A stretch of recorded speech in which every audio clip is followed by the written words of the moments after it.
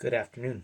This week we're going to be in First Peter chapter 4, verses 1 through 6, kind of beginning the very end of Peter's main chunk of his letter here, as he addresses believers and highlights the significance of Christ's death, burial, and resurrection, and how they are to identify with Christ's suffering in their life. Specifically, how they're supposed to identify with Christ's suffering before unbelievers. Verses 7 through 11 is going to specifically highlight suffering and their relationship with believers.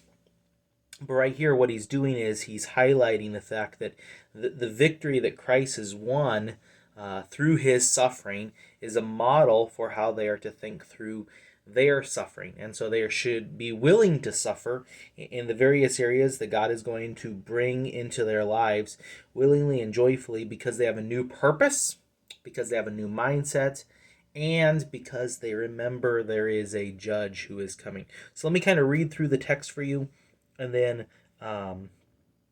we'll briefly cover a couple ideas. Therefore, since Christ suffered for us in the flesh, arm yourselves also with the same mind. For he who has suffered in the flesh has ceased from sin, that he no longer should live the rest of his time in the flesh for the lusts of men, but for the will of God.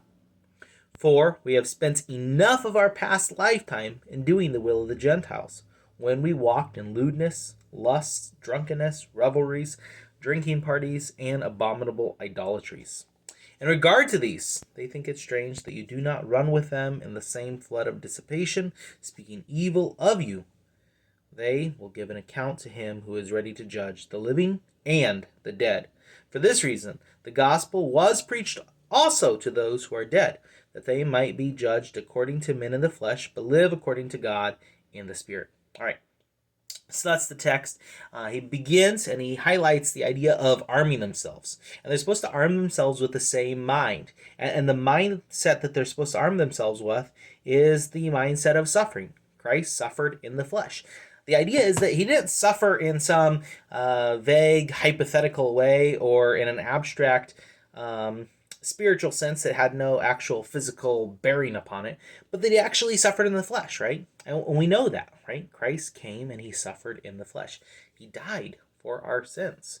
The Father forsakes him on the cross, right?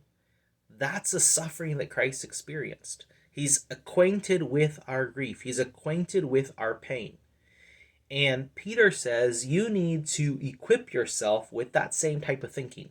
You need to think the same way about the suffering that you're going through, because that is going to be an excellent means of then apologizing for or defending your faith, as he's already highlighted the importance of in chapter 3, verse 15, right? We'd be ready to give a defense for everyone who asks us a reason for the hope that lies within us.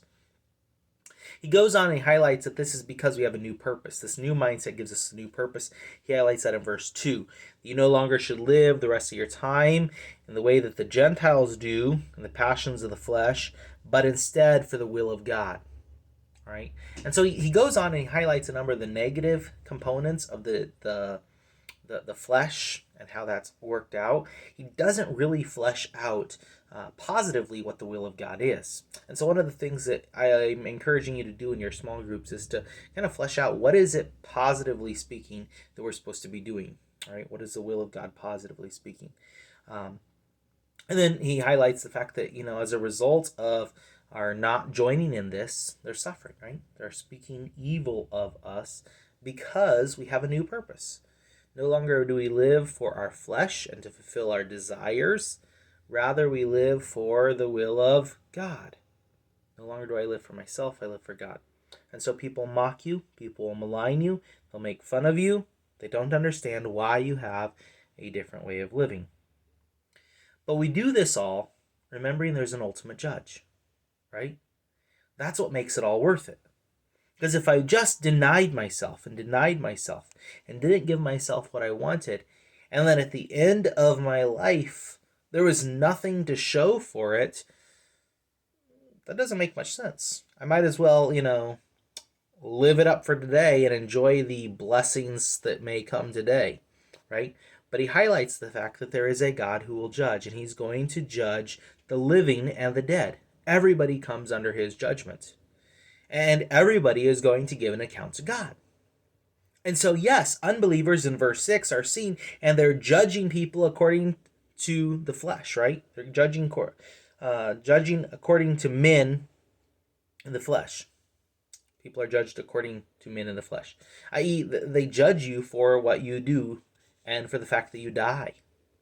And why did you die and not get to enjoy all the pleasures of life? But while they're judged in that way, what are they doing? They're living according to God and the Spirit. And so, yes, they do die. But that's not the end of the story, right? The end of the story is, look back at verses 18 through 22, Christ is victorious. He suffered once for sins, the just for the unjust, that he might bring us to God. He preached the spirits.